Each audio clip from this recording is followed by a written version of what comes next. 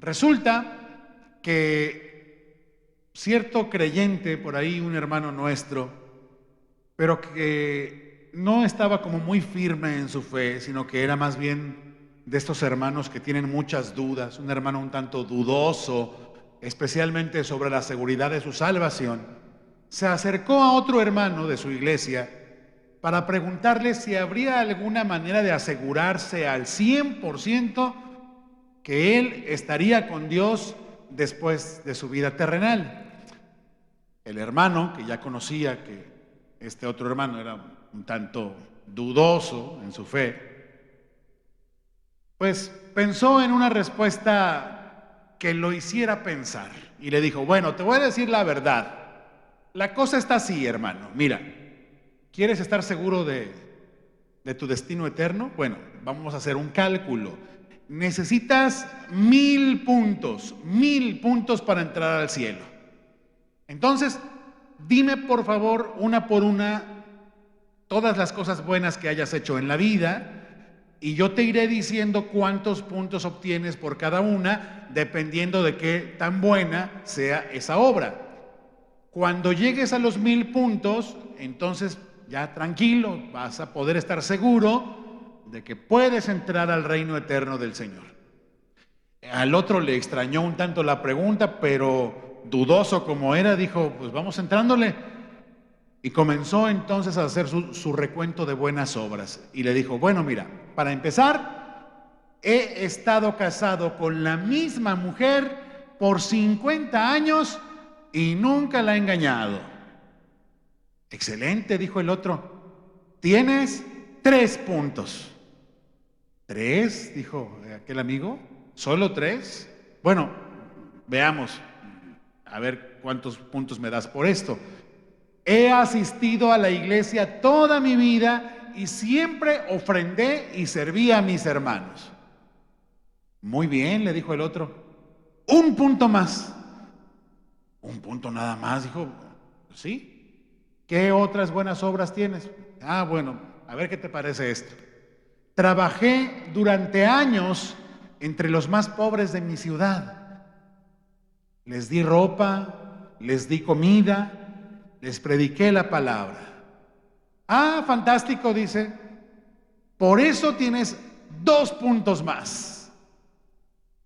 Y el otro amigo dice: híjole, ay, si sigo así, será solo por la gracia de Dios que pueda yo estar con él. Bienvenido, hermano, le dijo el otro. Bienvenido. De eso se trata. Se trata de la gracia de Dios.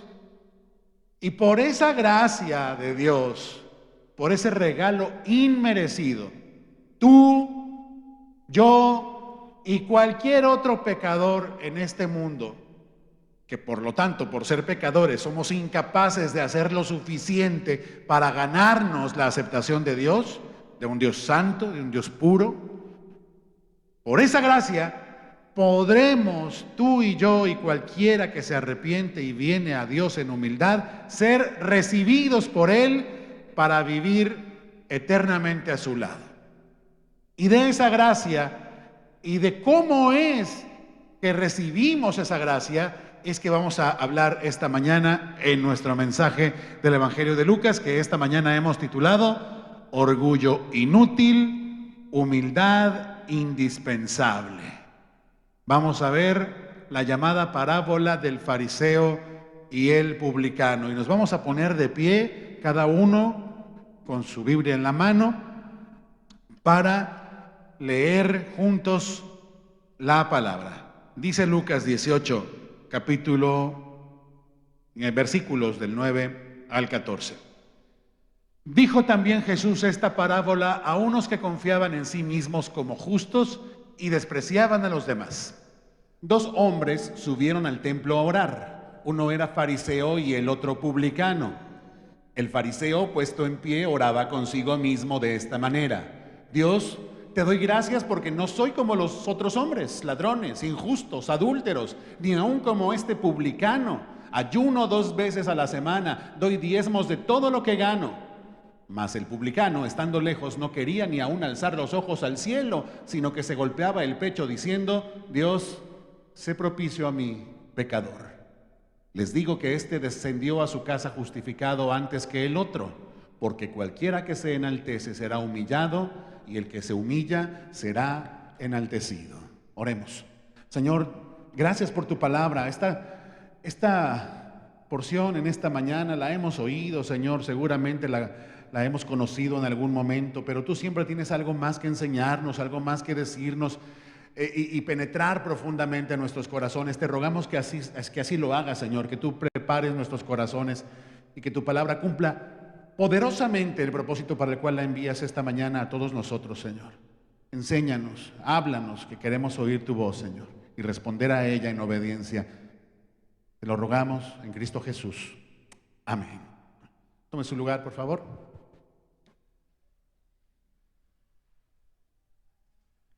Pues esta es una parábola que en sí, para definirla sencillamente, es una historia ficticia, pero con tintes de realidad que sirven para ilustrar una enseñanza real.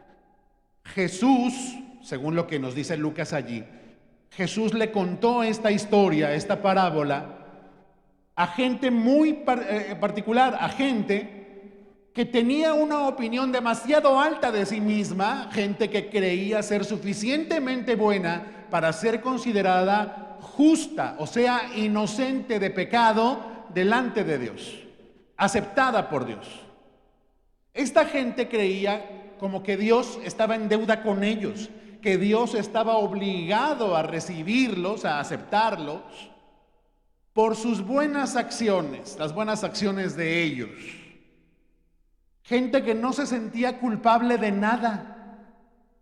Gente que por esto, además, terminaba despreciando a los demás. Y es que una cosa lleva a la otra, Jaime. Si tú te empiezas a creer superior y a creer el gran santo de Culiacán, es fácil que pronto comiences a ver a los demás por encima de tu propio hombro, ¿no? De entrada, lo que nos cuenta aquí Lucas, que Jesús le cuenta esto, le dice esa historia a este tipo de personas, pues no suena nada bien. O sea, aquí va a pasar algo, y algo importante. Al resaltar este rasgo de la gente que lo está escuchando, pues sabemos que algo no anda bien ahí, y el Señor Jesús va a traer luz. Pero sí, de entrada yo le diría, esto no suena nada bien, Lucas. Figúrate. Versículo 10, dice, dos hombres, esta ya es la historia, dos hombres subieron al templo a orar. Uno era fariseo y el otro publicano. Bien, ahí escoge el Señor Jesús a sus personajes. Subieron al templo a orar. Estos dos, ¿y se puede orar donde sea? Sí. Pero la gente de Jerusalén iba al templo, y estos dos de la historia, pues se entiende, iban allá al templo a orar. El primero era fariseo.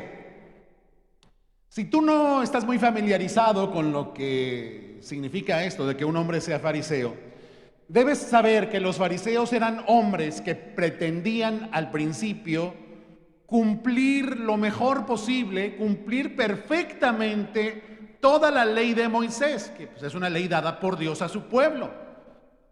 Pero al poco tiempo de intentar esto, con muchas reglas y un excesivo cuidado en pequeños detalles y demás, poco a poco, en poco tiempo en realidad, comenzaron a confiar en la supuesta excelencia de sus acciones para ser aceptados por Dios.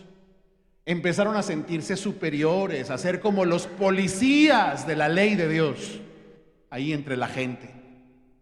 Esto llevó a los fariseos a esmerarse en cumplir y en exigirle a la gente cumplir las reglas de la ley de Dios, pero sobre todo las reglas más notables, las más visibles, las cosas externas. Y con esto se ocupaban en demasía, excesivamente, en cuidar su propia reputación, su buena fama, porque a ellos les interesaba mucho pues, que la gente viera que ellos supuestamente eran diferentes y muy cumplidos. Esto los llevó a una religiosidad vacía, hipócrita, como Jesús los señaló.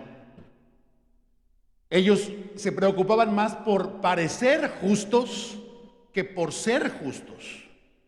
Jesús los llamó en algún momento a los fariseos sepulcros blanqueados, o sea, como esas tumbas que conocemos, ¿verdad? Que son blancas y muy limpias por fuera, pero con un cadáver pudriéndose adentro.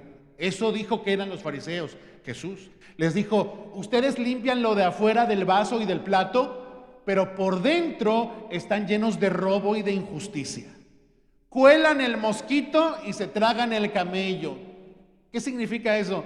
Bueno, pues el mosquito y el camello eran animales impuros que según la ley no se deberían comer, pero los fariseos llevaban ese mandamiento a tal extremo que por si acaso algún mosquito le hubiera caído al jarrón del agua o al vaso de vino, se esmeraban en colarlo, y algunos incluso a la hora de llevarse el vaso a la boca cerraban los dientes para beber y no irse a tragar un mosquito, no fueran a pecar.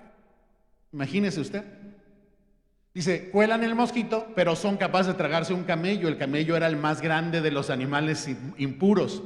No es que comieran filete de camello, sino con eso les quiso decir que cuidaban lo del mosquito, pero cuidaban esas pequeñeces sin poner atención a las cosas más importantes. Se preocupaban por lavarse las manos como ceremonial religioso y además de imponerle eso a los demás, pero no les preocupaban los verdaderos pecados de lo íntimo de sus corazones, como odiar al prójimo, lo cual se permitían, o ser faltos de misericordia hacia los demás, como cuando, por ejemplo, los fariseos se le pusieron al tú por tú a Jesús, lo encararon por sanar enfermos en el día de reposo, porque ellos decían, no, la ley dice que en el día de reposo no se debe trabajar. Jesús les reprochó a los fariseos que ellos mismos, los fariseos, le daban bebida y ayuda a sus animales en el día de reposo y nadie se metía con ellos, pero ahora les molestaba que un enfermo fuera sanado en ese día que tan celosamente decían guardar. No les preocupaba sino el quedar bien delante de la gente, como muy celosos de la ley. Les preocupaba su reputación ante la gente, pero no ante Dios.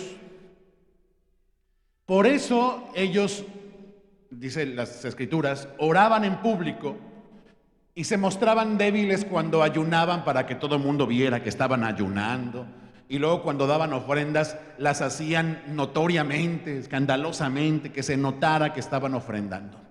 Esos son los fariseos, para que te des una idea del primer personaje de esta historia. El segundo personaje era un publicano, dice allí. Es como comúnmente se llama en las escrituras a un recaudador de impuestos. Publicano se le llama porque, muy fácil, porque cobraban los impuestos públicos. Como aquí, que nuestra Secretaría de Hacienda se llama de Hacienda y Crédito Público, de ahí la palabra publicano. Y antes de que usted se salga de aquí y vaya a empezar a ver con malos ojos a algún trabajador de la Secretaría de Hacienda o del SAT, debo decirle que esto hay que entenderlo en el contexto del momento que estaba viviendo la nación de Israel. El Imperio Romano estaba dominando a Israel por la fuerza.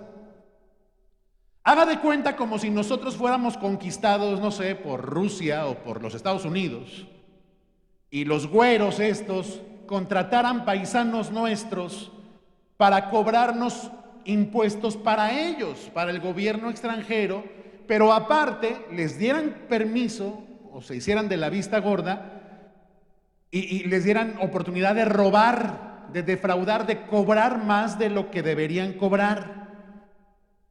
Y por todo esto, los publicanos tenían muy mala fama, eran considerados además traidores por trabajar para extranjeros malvados y enemigos de Israel, y por todos esos abusos, por cobrar más cada que podían.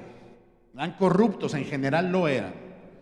Ser un publicano era considerado el más bajo de los oficios, y quienes lo ejercían pues, se ganaban el desprecio de todos sus paisanos. Pero fíjese que entre los primeros convertidos hubo recaudadores de impuestos, hubo publicanos, como Zaqueo, por ejemplo, que era un hombre rico que cuando se rindió a Jesús le prometió dar la mitad de sus bienes a los pobres y devolver 4 veces lo que le hubiera defraudado a alguien. E incluso por ahí está el caso de Mateo. Mateo fue llamado por Jesús para ser un discípulo suyo cuando todavía estaba ejerciendo de publicano. Dice la Escritura que Jesús le dijo: sígueme, cuando Mateo, todavía estaba allí sentado contando las monedas en el banco de los tributos públicos, y que Mateo dejó todo, se levantó y siguió al Señor Jesús. Este es entonces el otro personaje, un publicano, un recaudador de impuestos, un despreciado cobrador de tributos. El versículo 11 dice, entrando en materia de la historia, que el fariseo, puesto en pie, oraba consigo mismo de esta manera: Dios, te doy gracias porque no soy como los otros hombres, ladrones, injustos, adúlteros, ni aún como este publicano. Estaban ahí los dos, ¿no? El fariseo y el publicano en el mismo momento orando. Dice que oraba puesto en pie. Bueno, orar de pie no es un pecado, pero en el contexto muestra nula humildad, ¿no? Si lo comparamos, más adelante lo vamos a ver en el versículo 13, dice que el publicano estaba lejos. ¿Lejos de dónde? Del santuario donde moraba, digamos, la presencia de Dios. Si el publicano estaba lejos, entonces significa que el fariseo estaba cerca. No estaba arrodillado, no estaba postrado, ni siquiera con un gesto de humildad, con su cabeza inclinada, sino puesto en pie, digamos, con orgullo. Porque el fariseo, pues no sentía que nada en su conducta lo inquietara o mucho menos lo separara de Dios. ¿Qué va? Él sentía que tenía derecho a plantarse frente al Señor y hablarle de tú a tú. Pero dice entonces que oraba consigo mismo. Eso puede significar que él tenía su mente puesta no en Dios, sino en sí mismo, en su propia persona, y muy probablemente más al pendiente de que lo oyeran los de alrededor que el Dios santo al cual pretendía estarse dirigiendo. Y entonces sí menciona a Dios, así como de pasada: Dios, te doy gracias. No suena mal una oración que comienza con agradecimiento. De pronto nosotros tenemos que corregir a nuestros hijos pequeños, porque cuando nos ponemos a orar siempre: Señor, te pido, y Dios te pido, y te pido mi brincolín, y te pido que para mi cumpleaños, y tenemos que irlos llevando a la necesidad de que primero adoren a Dios, le agradezcan, lo reconozcan, ¿verdad? Y sí, también le pidan, pero no solo eso. Entonces, que una oración empiece con Dios, te doy gracias, está bien. Al menos no empezó con te pido, te pido, te pido. Pero tampoco es una oración que honre a Dios o le rinda adoración. Vamos a verla. Aunque es bueno darle gracias a Dios por habernos guardado de cometer pecados muy graves, la verdad es que ninguno deberíamos dar gracias por esas cosas con orgullo, con arrogancia. Y este fariseo lo está haciendo así, sintiéndose superior a los demás. Fíjese bien, este hombre no le atribuye a Dios el haber sido librado de grandes males, de grandes pecados. Él lo que dice es: te doy gracias porque no soy como los otros hombres. No soy como los otros hombres. O sea, yo. Ni siquiera estaba reconociendo que Dios lo hubiera transformado. No estaba hablando de algún proceso de mejora, como quien da gracias porque pudo al fin dejar algún vicio. En tal caso habría dicho: Señor, te doy gracias porque ya no soy un pecador como lo era antes. Tú me has transformado. O quizás una oración como aquellas palabras que dijo Pablo en 1 Corintios 15:10. donde él dijo, por la gracia de Dios soy lo que soy, y su gracia no ha sido en vano, no ha trabajado en vano para conmigo. Esa sería una oración noble, de genuina adoración a Dios, pero no. Este fariseo dice, no soy como esos otros hombres, esos pecadores, ladrones, injustos, adúlteros, o sea, no le robo a nadie, no engaño, no le soy infiel a mi esposa. Se empieza a llenar de orgullo, a jactarse de que él no es todas estas cosas, lo cual, por cierto, no estamos diciendo que sea una mentira. Es muy probable que en efecto él se apartara de esos pecados, al menos en su parte notoria, en su parte visible. Ya bien sabemos que el Señor enseñó que no solo es pecado la acción, sino también el pensamiento, de manera que tal vez no era adúltero llevando a cabo el acto mismo de infidelidad con una mujer, pero que sí, seguramente alguna vez haya codiciado en su corazón a una mujer. Bueno, no robo ni mato. ¿Te suenan esas palabras? Quizás te sucede a ti que tienes confianza en esas cosas, en que no robas ni matas ni defraudas a nadie, y con eso calmas tu conciencia de otras faltas, de otras cosas que quizás minimizas, que no consideras tan relevantes. Quizás te pasa, porque pasa, que mientras ves que hay pecadores peores que tú estás a gusto y te sientes a salvo. No hago cosas tan malas como mi vecino.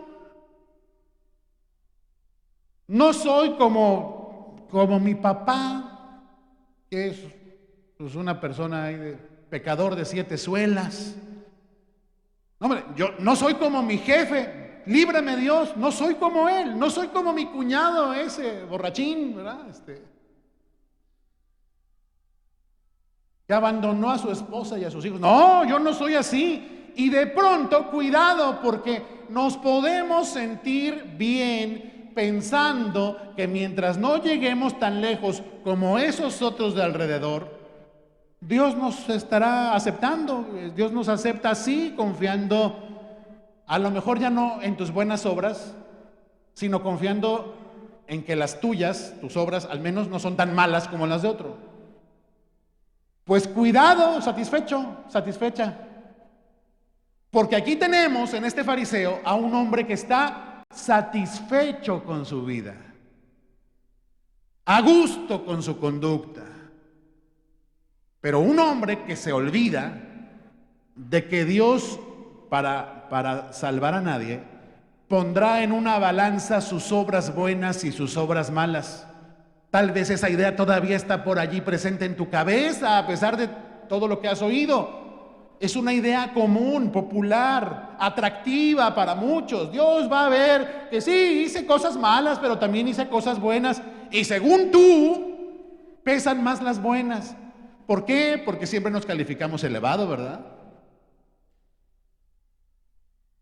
Pero este hombre, y muchos hoy en día quizás podríamos estar olvidándonos de algo importante, que la ley de Dios, ojo, la ley de Dios exige obediencia completa, total, para que Dios acepte a alguien. Así que si se trata de alcanzar la salvación por medio de lo que hacemos o dejamos de hacer, pregunta, ¿quién pudiera alcanzarla? ¿Quién pudiera cumplir perfectamente durante toda su vida la ley de Dios? ¿Tú puedes? Yo no. Si tú crees que puedes, estás en uno de los engaños más grandes que hayan existido en la historia de la humanidad.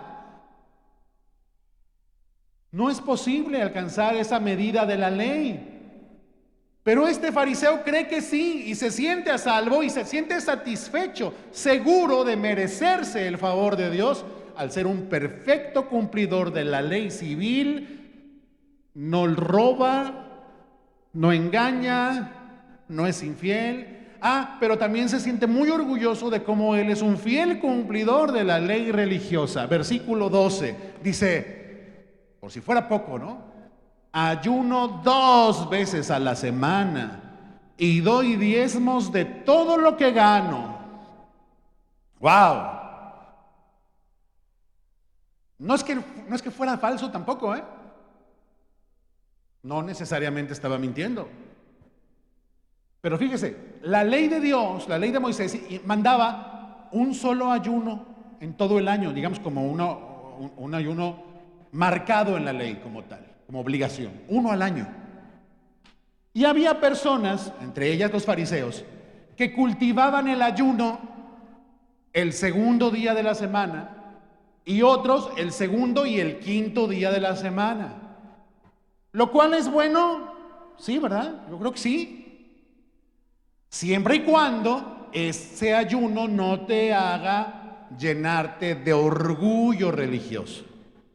Jesús les señaló eso a los fariseos. Él les dijo, ustedes ayunan para ser vistos y andan por allí deambulando con el rostro todo demacrado y sufrido para que la Kenia se dé cuenta que están orando, que están ayunando ese día, en lugar de hacerlo en privado entre ellos y Dios.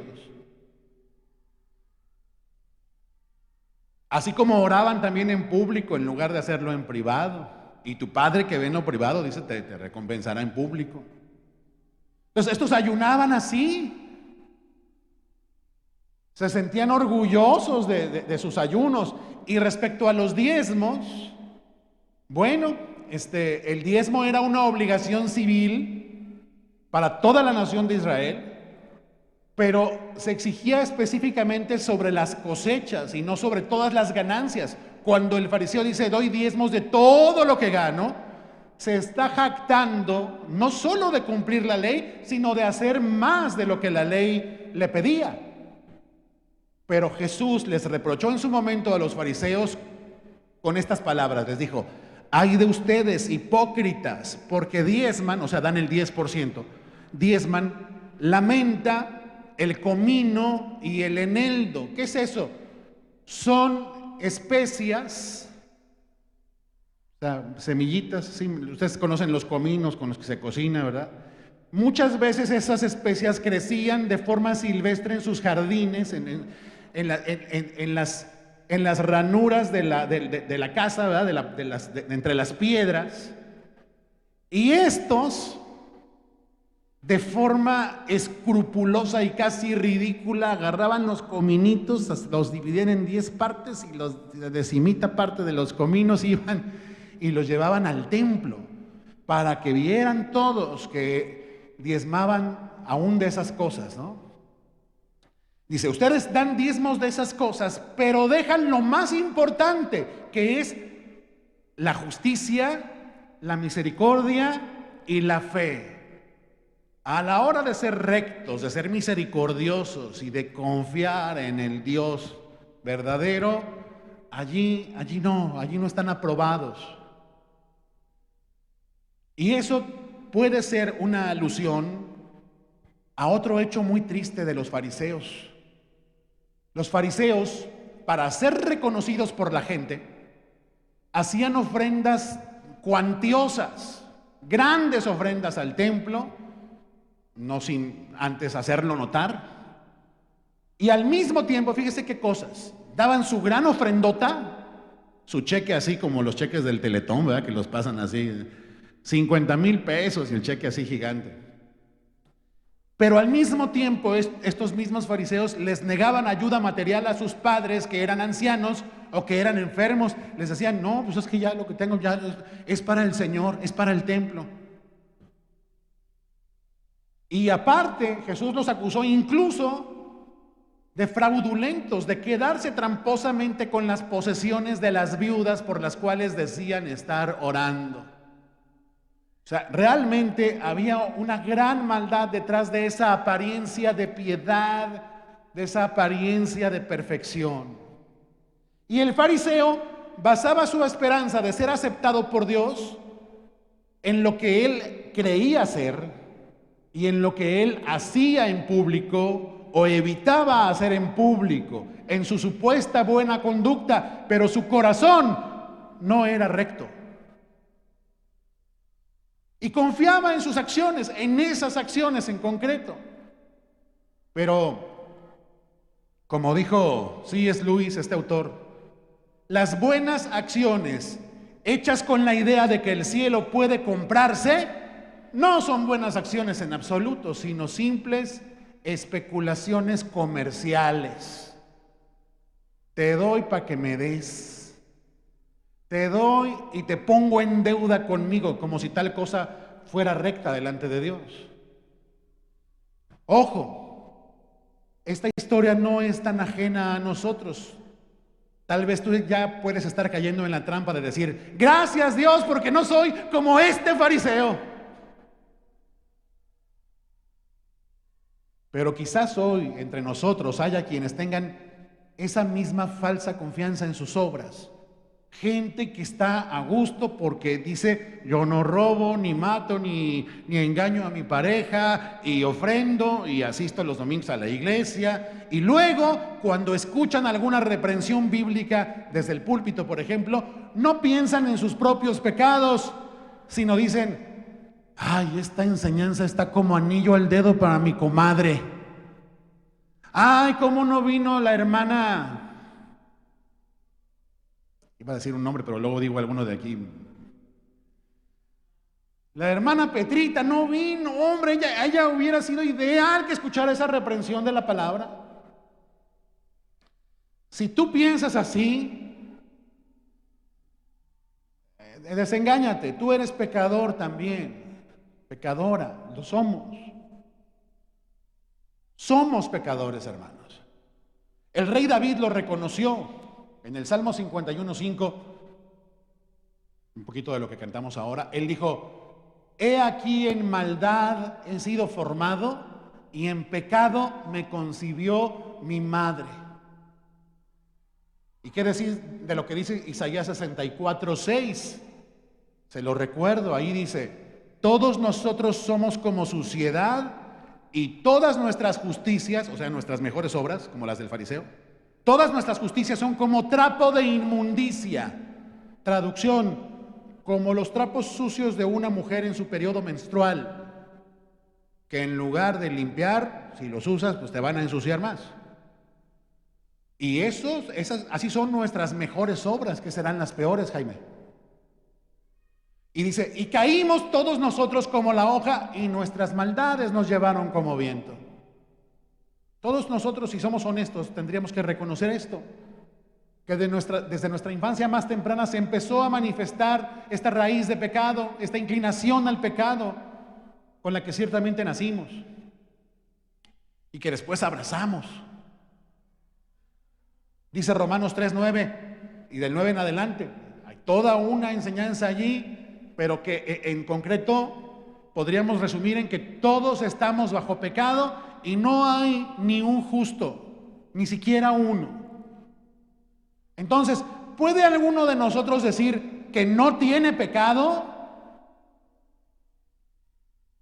Lo que dice Primera de Juan, capítulo 1, nos puede dar mucha luz a este respecto. Vea lo que dice Primera de Juan 1:8. Si decimos que no tenemos pecado, nos engañamos a nosotros mismos y la verdad no está en nosotros. Y luego en el 10 dice otra vez, si decimos que no hemos pecado, le hacemos a él, a Dios, mentiroso, y su palabra no está en nosotros. Qué desgracia no tener conciencia de ser un pecador. Es una desgracia. El fariseo, como algunos hoy, se sentía seguro de no ser un pecador. Se convenció a sí mismo de que él podía cumplir y que de hecho cumplía los mandamientos. Se olvidaba que Dios ve en lo secreto también y que Dios conoce los pensamientos y las intenciones de nuestros corazones. Este fariseo, como muchos, no pensaba en lo que dice Romanos 3:20, que por las obras de la ley, o sea, por cumplir la ley, ningún ser humano será justificado delante de Dios, porque la ley no fue dada para eso. La ley de Dios fue dada para que entendiéramos que somos pecadores. O sea, hasta ahora nadie ha cumplido entre nosotros, fuera de Cristo, nosotros, nadie ha cumplido con la ley solo por conocerla. No, no, al contrario. La ley existe para hacernos ver esto, Robert, que somos pecadores. Para eso existe la ley. Para hacernos ver que no podemos alcanzar la perfección moral que Dios exige para aceptarnos. Que ninguno de nosotros da la medida para recibir la aceptación divina en lugar de la ira de Dios merecida por los pecadores. Y dándonos cuenta de eso, entonces clamemos rendidos y busquemos desesperadamente que Dios nos recoja así, que Dios nos dé su perdón y su gracia. No solo la primera vez que lo hacemos, sino cada día. Alguien se pregunta, ¿por qué siempre volvemos a cantar? Señor, quiero ser diferente, Señor, dame un nuevo corazón. Pues ¿qué no lo habíamos dicho ya? ¿Por qué volvemos a decir, reconozco que he fallado, contra ti he pecado? Hermano, porque lo hacemos. Nadie aquí puede decir lo contrario. Entonces, tenemos pecados y decimos que no tenemos pecado, estamos mintiendo, estamos fuera de la realidad, digamos. Pero a propósito, dejé ahí un espacio en medio del 8 y del 10 de 1 Juan 1 para ver la otra cara de la moneda, y aquí nos acercamos a lo que va a pasar en el relato con el otro personaje, con el publicano. 1 Juan 1:9 dice: si confesamos nuestros pecados, Él es fiel y justo para perdonar nuestros pecados y limpiarnos de toda maldad. Si hacemos ¿qué cosa? Si confesamos nuestros pecados. No nuestra excelencia, no nuestra justicia, no nuestra perfección, nuestros pecados. Él es fiel y justo para aceptarnos y nos perdona y nos limpia de toda maldad. Vamos a ver al publicano actuando en ese sentido. Dice allí en el versículo 13: mas el publicano, estando lejos, no quería ni aún alzar los ojos al cielo, sino que se golpeaba el pecho diciendo: Dios, sé propicio a mí, pecador. Aquí vemos a este pecador, un pecador escandaloso, porque la gente los veía pecar, los veía robar. Pero sin embargo está este hombre persuadido, convencido de cuál es su condición delante de Dios. Se sabe culpable y por eso no se atreve a acercarse a Dios. No se atreve, está de lejos. Sabe que él no merece acercarse a Dios, Bessie. Lo sabe. Y dice que golpeaba su pecho. Ojo con esto, cierto culto de hoy en día hace a la gente hacerle así, ¿verdad? Por mi culpa, por mi culpa, por mi grande culpa. Es muy probable que sea en recuerdo de este tipo de gestos que se ven en las Escrituras. Pero para muchos, ¿sí o no, Rogelio? Es una mera repetición exigida, parte de la liturgia de un culto. Y ya, sin conciencia, ¿verdad? Pero aquí este hombre no lo está haciendo. Por eso, este hombre sinceramente está golpeando su pecho en señal de dolor por sus faltas. Y entonces ruega y dice: Dios, sé propicio a mí, pecador. ¿Qué es ser propicio? La propiciación, para decirlo en pocas palabras, es el acto por el cual Dios quita su justa ira en contra de nosotros. La quita su ira, la justa ira que merecemos, el castigo por nuestros pecados. Sé propicio a mí, pecador. Llama la atención que el texto en griego dice: sé propicio a mí, el pecador. O sea, yo soy el pecador. O sea, no cualquier pecador, sino O sea, como que si alguna vez en la vida hubo un pecador, ese soy yo. No minimiza sus pecados. Y entonces ruega, quita tu ira, perdóname, reconcíliame. Pregunto aquí, ¿será que el publicano es medio exagerado? ¿Será que este publicano, mi estimado Belsar, será que este publicano necesita un curso de autoestima para no hablar tan mal de sí mismo? ¿Será, mi querida Marcela, que este publicano se tira al piso para que lo levanten? ¿Será? Bueno, el verso final nos va a aclarar eso. Pero mientras, recordemos otra escena de Jesús. Jesús un día fue cuestionado por los fariseos por sentarse a comer y a beber, convivir con publicanos, con gente como este hombre. Y Jesús les contestó, esto está en Lucas 5, les dijo, los que están sanos no tienen necesidad de médico, sino los enfermos, ¿sí? No he venido a llamar a justos, sino a pecadores al arrepentimiento. O sea, por esos vine. ¿Cómo no voy a estar con ellos si vine por ellos? O sea, no vine a los que creen que son justos. Vine a los enfermos, dice. Y no está hablando de enfermedad física, sino de la enfermedad del mal del pecado, ¿sí? A los enfermos significa, o sea, a gente que quiere ser buena pero no puede y reconoce que no puede, a gente que no puede y no anda pretendiendo ahí caminando por la vida como que sí puede, a los enfermos, a los que no pueden salvarse a sí mismos, a esos vino.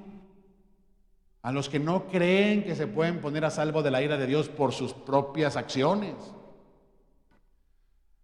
A este respecto decía el hermano Charles Spurgeon hace muchos años, cualquier conversión, entre comillas, que no enseñe al hombre el hecho de que no puede hacer nada para salvarse a sí mismo, es una conversión de la que necesita convertirse y un arrepentimiento del que necesita arrepentirse. Todavía no le ha amanecido todo aquel que cree que se puede salvar a sí mismo. ¿Serás tú, hermano? ¿Seré yo, maestro?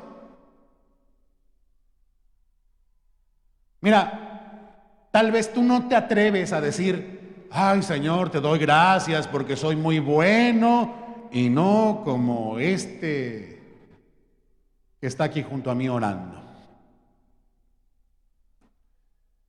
Pero, pregunto aquí, ¿te sientes seguro de que Dios te acepta por tus buenas acciones, por tu asistencia a las reuniones, por tu ministerio, por tu fidelidad a tu pareja y por tu propia rectitud y porque no robas ni matas? ¿Crees que cumples todos los mandamientos de Dios sin mancha, no solo en lo que haces, sino también en lo que piensas, como enseñó Jesús? Cuidado si piensas eso. La otra opción, y espero que seas tú es que entiendes y aceptas y reconoces y lamentas ser un pecador, pero no lo ocultas delante de Dios. Sabes que eres esencialmente un transgresor de la ley, Carlos. Un transgresor que merece la ira de Dios, el castigo de Dios eternamente, que no merece que Dios lo reciba ni lo acepte y que no tiene forma de arreglar eso por su cuenta o de inclinar la balanza a su favor, que no puede salvarse a sí mismo. ¿Cuál de los dos eres tú? ¿Cuál de los dos eres tú? Piénsalo bien, porque es posible que mientras lo pienses otra vez te estés calificando a ti mismo mucho mejor de lo que la realidad indicaría. La parábola termina en el versículo 14, donde Jesús concluye y dice: les digo que este, o sea, del que acaba de hablar, del publicano, el cobrador de impuestos, descendió a su casa justificado antes que el otro, porque cualquiera que se enaltece será humillado, y el que se humilla será enaltecido. Vemos aquí el veredicto de Dios sobre estos dos hombres orando. Los dos estaban orando, qué cosa, ¿no? Bien se ve que no todas las oraciones son rectas delante de Dios, y que en el santuario de Dios hay hombres convertidos y hombres impíos. Y ahí están los dos, orando. El recaudador, el publicano, regresó a su casa justificado. El fariseo, no. Se dice fácil. ¿Qué significa que fue justificado, que volvió justificado? Significa que Dios le respondió favorablemente. Significa que este publicano, pecador, ladrón, mentiroso, fraudulento, traidor, más lo que se acumule en los últimos días, este hombre fue aceptado, perdonado y más concretamente fue declarado justo, o sea, inocente, aunque indudablemente era culpable. Dice el pastor Tim Keller aquí, esta es la ironía, la dulce ironía del Evangelio, que la única manera de ser salvos es aceptando que somos completamente indignos de serlo. Así está la cosa, mi hermano. Entonces, el publicano fue justificado porque no minimizó, ni ocultó, ni negó ser pecador. No buscó justificaciones, pretextos, sino que él reconoció plenamente y con dolor en su corazón y con toda humildad ante Dios ser un pecador. Él no buscó algún mérito por ahí entre sus vivencias recientes, algo con que lavarse la cara a él mismo ante Dios y decir: Señor, mira lo que hice para ti, mira lo que hice por ti. No, él lo que le dijo fue: quita tu ira de mí, apágala, sé propicio a mí. Yo merezco tu ira por mis pecados, pero te ruego que la apartes de mí, perdóname. Bien se ve aquí que Dios no nos acepta porque seamos buenos, sino más bien para demostrar que Él es bueno. Él es bueno al llamar a pecadores al arrepentimiento. El fariseo, por su parte, no fue aceptado, no fue justificado, y lo que hizo al final, pues fue echarle a la lista de sus pecados uno más, el pecado de su orgullo, de su jactancia, y no fue justificado. Ahora, concluyo. Lo que vemos aquí, en esta conclusión de la parábola, es una gran noticia para todos sin excepción, incluso para los fariseos y para los que se parecen a los fariseos hoy en día.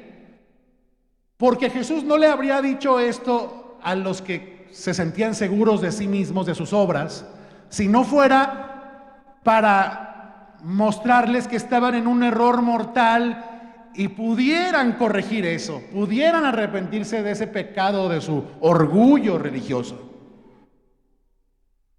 Por lo tanto, a ver, tú que estás aquí, hermano, amigo, amiga que estás aquí, si tú tienes miedo de haber hecho tanto mal que Dios no te puede perdonar, mírate en este publicano, pecador confeso, rogando a Dios con sincera humildad ser perdonado. ¿Y qué es lo que Dios hizo? Dios lo aceptó, lo justificó, lo declaró justo, le perdonó todos sus pecados. ¿No es una gran cosa? Jesús mismo dijo que Él vino a salvar lo que se había perdido, no a recompensar a los que se creen justos. Entonces, el que se humilla ante Dios será enaltecido por Dios. Pero, ojo, si tú más bien estás en el extremo de confiar en que Dios te va a aceptar por tus supuestas buenas acciones, si tú has pensado que Dios no te puede condenar porque das buenas ofrendas, cuidas mucho a tus hijos, nunca has dejado a tu pareja, o sostienes a tu familia, o no robas, no matas, no cometes adulterio, pues mírate en el fariseo primero. Mírate en el fariseo y date cuenta de que Dios lo rechazó. Lo rechazó. Pero ojo, también mírate en el publicano, si tú eres un moderno fariseo. Mírate en el publicano también. Porque, aunque hasta ahora quizás has confiado en que no eres tan malo al menos, o en que eres lo suficientemente bueno para ser salvo, date cuenta de que todavía podrías, mientras tienes vida, abandonar esa ilusión mortal. Si tú eres como los fariseos, todavía te puedes cruzar al otro lado de la calle. Todavía puedes reconocer que sí has pecado y que sí pecas de muchas maneras, incluyendo el pecado de no sentirte tan malo, tan mala. Incluyendo el pecado, que es el pecado de los fariseos, de estar duro y dale con tu gente cercana, haciéndoles señalamientos sin misericordia acerca de sus pecados, en lugar de ocuparte de corregir los tuyos. Y vaya, con esto no estoy sugiriendo que no participemos en animar a los otros a que se aparten del pecado, pero algunos han hecho de esto casi un deporte. Recuerdo a una mujer que un día nos dijo: es que a mí Dios me dio el ministerio de exhortar. Dios me llamó a eso. No me digas. No me digas. En cierta medida nos lo dio a todos. Pero también el Señor dijo que en cuanto reprendes al otro, primero te veas a ti mismo, no sea que tú también seas tentado, y que lo hagas con humildad. Pero si para ti ya es deporte y ya incluso a lo mejor haces como que no te das cuenta, pero a lo mejor te das cuenta de que ya te alucinan, porque siempre estás cayéndoles encima como los fariseos. Hey, ¿por qué tus discípulos no se lavan las manos? Hey, ¿por qué tus discípulos no ayunan? Hey, ¿por qué sanas el día de descanso? Y así les caes a los otros, siempre estás reprendiendo. Te digo una cosa, ver los pecados del prójimo es de las cosas más sencillas que hay. Ver los pecados de tu esposa, pues más, vives con ella, duermes con ella.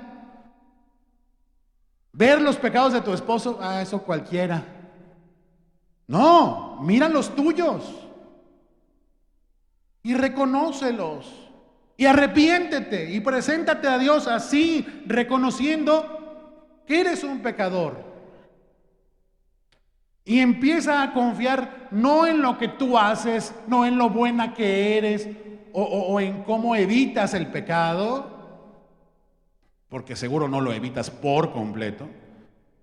Y entonces empieza a confiar en lo que hizo Cristo por ti y por mí, por todos los que creemos, para reconciliarnos con Dios, para aceptarnos como justos, aunque somos pecadores.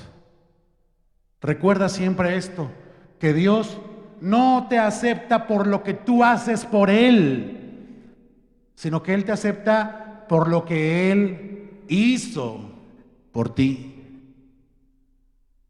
En la cruz, ciertamente, como el acto máximo, pero también día a día, haciendo que nuestras vidas sean cada vez más parecidas a la suya. Entonces, termino. La oración del publicano es un ejemplo de humildad y de arrepentimiento y habla de que necesitamos estar conscientes de nuestra condición y de nuestra necesidad de Dios todos los días. Lo mejor de este asunto es que las Escrituras dicen, Jesús dijo, que esta oración del pecador, esta oración del publicano fue contestada.